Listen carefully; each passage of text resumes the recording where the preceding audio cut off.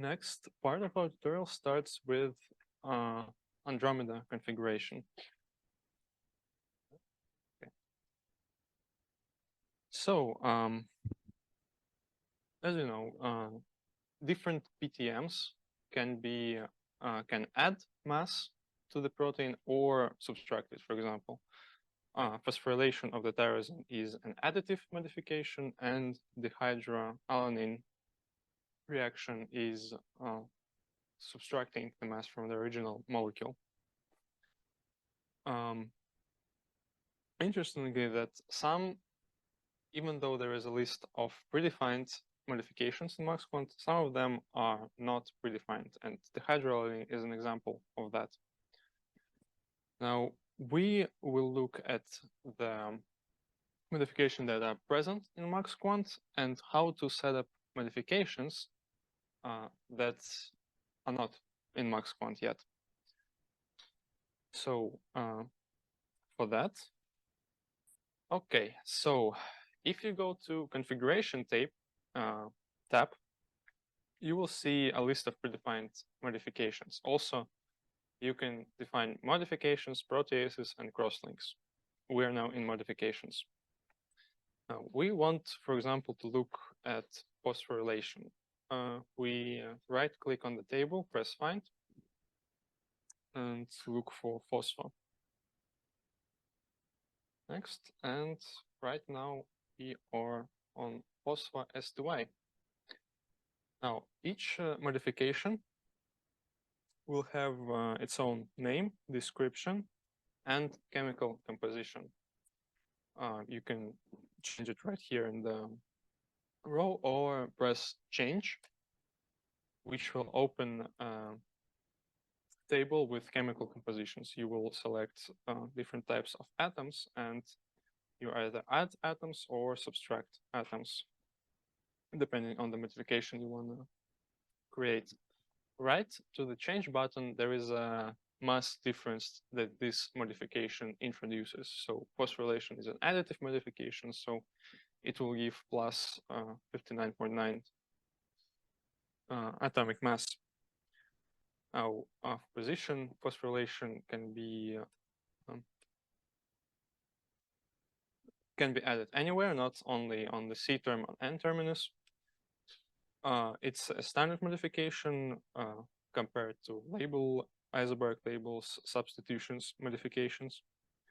It doesn't create any new N terminus or C terminus, and it's specific to S, T, and Y amino acids. For S and T amino acids, you will see neutral losses ions, for example. So same as water and ammonia, phosphosides are also subject to neutral losses, and during fragmentation, they can be separated from the main molecule, and this will create a neutral loss ion, which is composed of phosphoside and water molecule, and which will have this mass.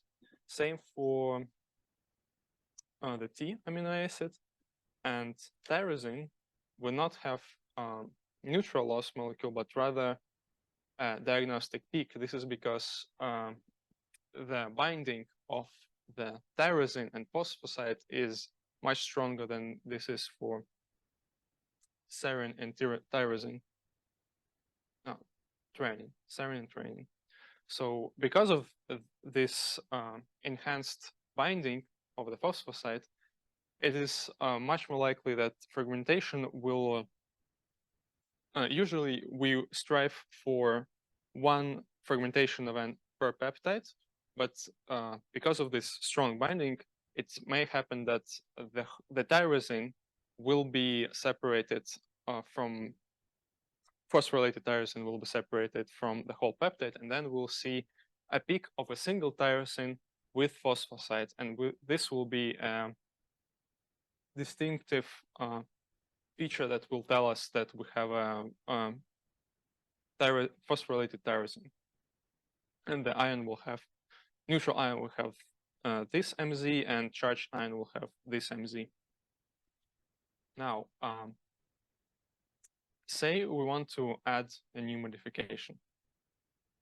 we press add button, and we will have this new modification window. Let's name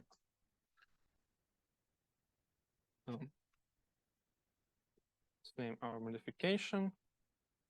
We can leave description as this. And for composition, we want to go to the Unimod website. Here we go, we type Unimod, this is the web page. We log in as guest and we look for hydroalanine.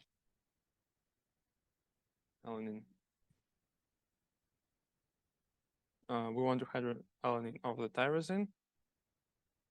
And here we can see its chemical composition of the modification. Let's copy and paste it into the composition tab for our new modification.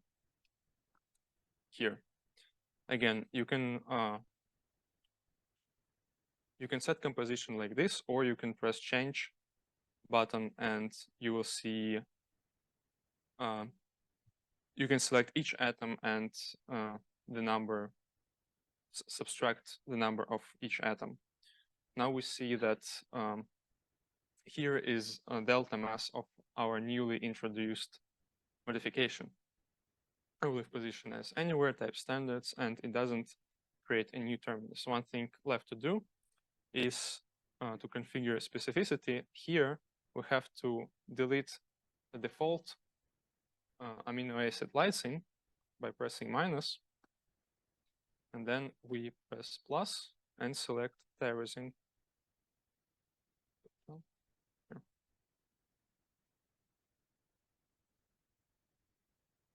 And that's it.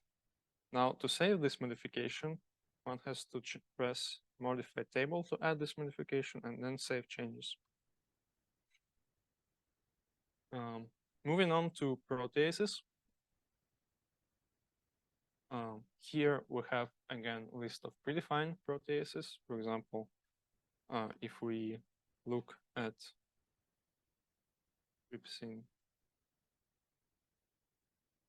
P, so here we have a trypsin P definition, which digest after arginine and lysine.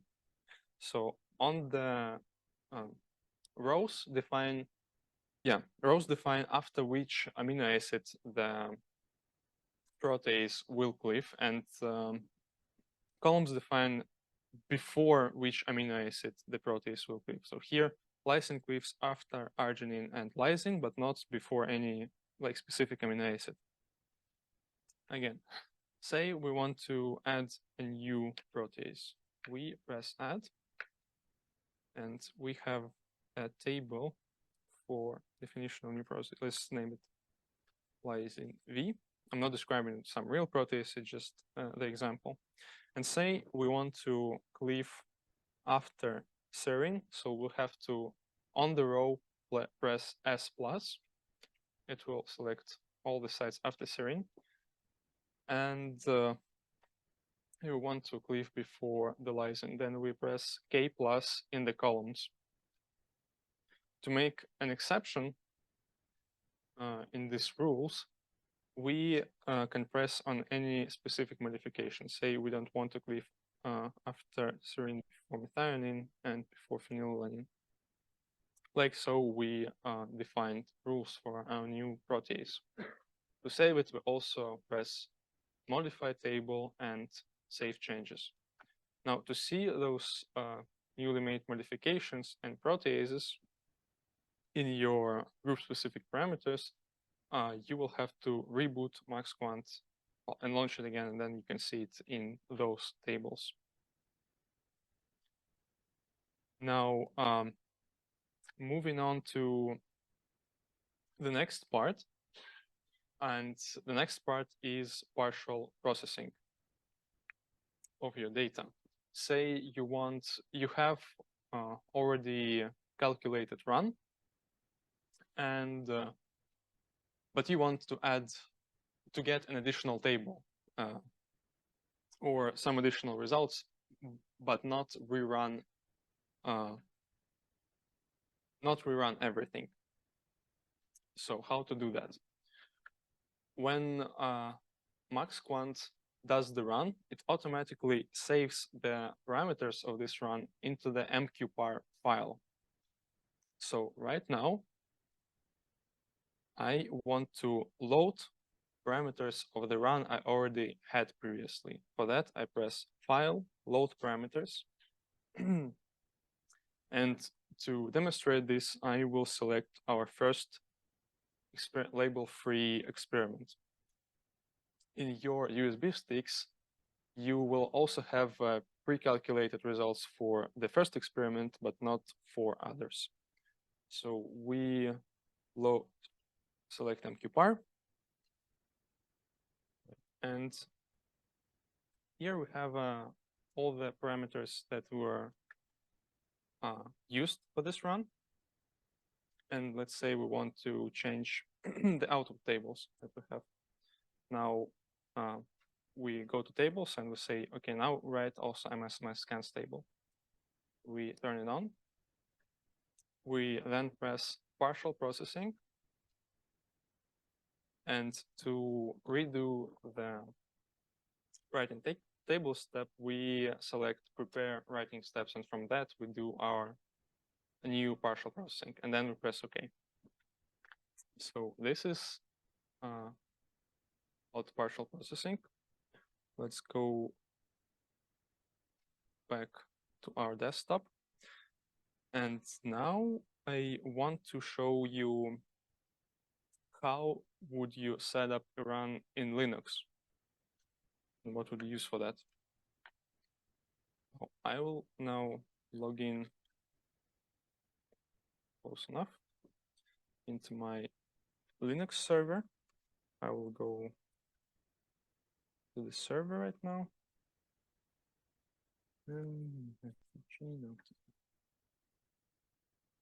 And I needed to press SSH. Type SSH. And now password. Okay, here is my Linux server. Here's the label-free Proteome folder that we had previously. And here on this Linux server, I have a Conda distribution installed. Right now, it's in the base environment.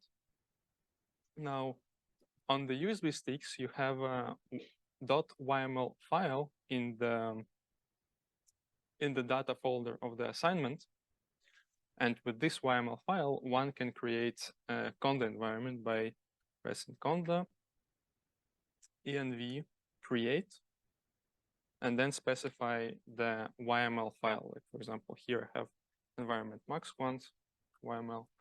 And this command will create a .NET environment that I will be using later.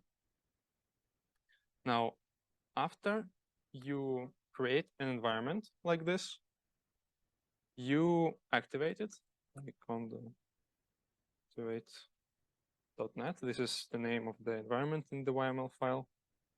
Okay. Activate. And now I'm in my .NET environment. Now with this environment, I can invoke MaxQuant CMD by pressing .NET, going to MaxQuant, bin, and MaxQuant cmd.xm. Now I'll show you the help option right now. And here you have all the utilities of the command line for MaxQuant. Here is, you can see partial processing, create option that I've mentioned that will create an empty template of the current MaxQuant release. And an option that we will use right now, which is change folder. So why is this change folder useful? Let's say you pre-configured XML file MQPAR XML in the GUI. Then you copied your files on the Linux machine or Linux server, and now you want to change all the pathways that were specified in the GUI to pathways you have on the Linux. Now for that, we press .NET MaxQuant CMDXA. You select the MQPAR that you have in the label free Proteome folder. Here.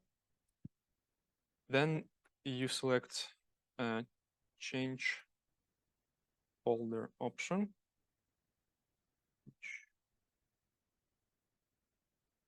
Okay, I will do it like this then.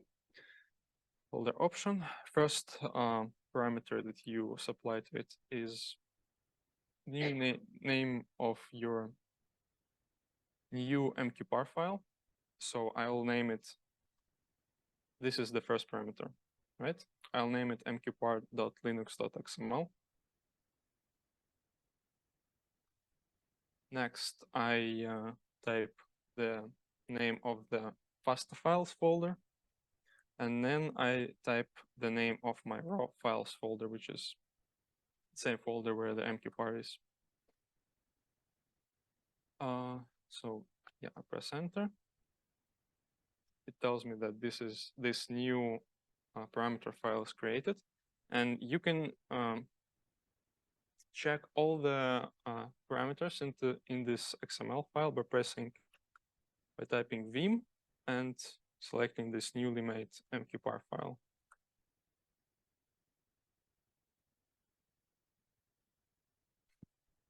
And here, first thing is like FASTA file pathways, which is our newly defined FASTA pathways.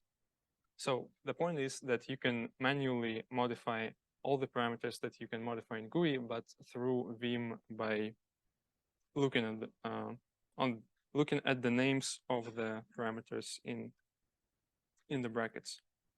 So say we want to look at our raw file names.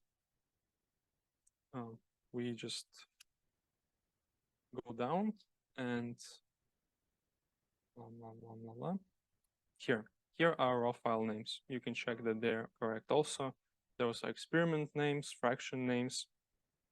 And this way you can check basically all the parameter group option and global option in the MQPAR. So to exit, we press double.q. And to launch the run, you type .NET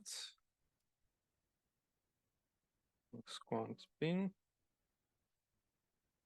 MaxQuant cmd.xm, and then you select the MQPAR that you have here predefined. Now this will launch the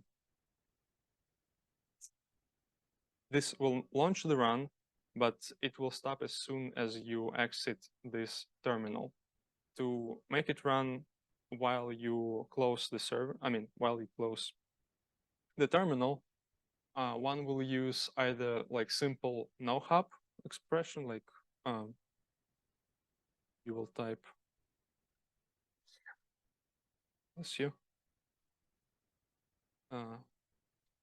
no-hop, you will type the name of the file of log file. Let's call it now out and ampersand to launch it in the background. This will launch MaxQuant in the background, and then you can close the server and it will continue running. Otherwise, if you have, for example, cluster system, you should look into a specific queuing system that you have on this cluster. For example,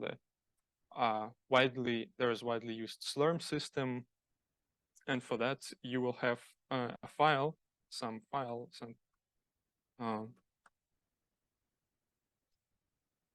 that will look something like this, where will be parameters of the queuing system, like CPUs, memory usage, and then in this queuing system file, you would have to activate your environment and then type this .NET command to run MaxQuant. This is, I think, all for our DDA tutorial. Please have questions if you have ones. You showed this Linux.xml file. I was wondering, where is that located? If it's created when you set up the environment and you create a conda, or if it's something I have to import. You ask when MQPAR XML is created. Yeah, exactly. Because you show that we can modify the white parts of that XML file, but I'm wondering where can I? So I used a folder, this one label free protein folder, which was predefined earlier in the GUI. And when you define the run in the GUI, you can, if you start the run, it will automatically save this MQPAR XML, or you just can use option file, save parameters, and it also will create MQPAR XML. This in case you want to select all your parameters in the GUI and save MQPAR, and then modify this MQPAR in Linux. Another option to create an MQPAR, if you, for example, not have access to GUI, is to use this create option, and this will create an empty template of mqpar.xml, which you can then modify with a change folder or through the Vim.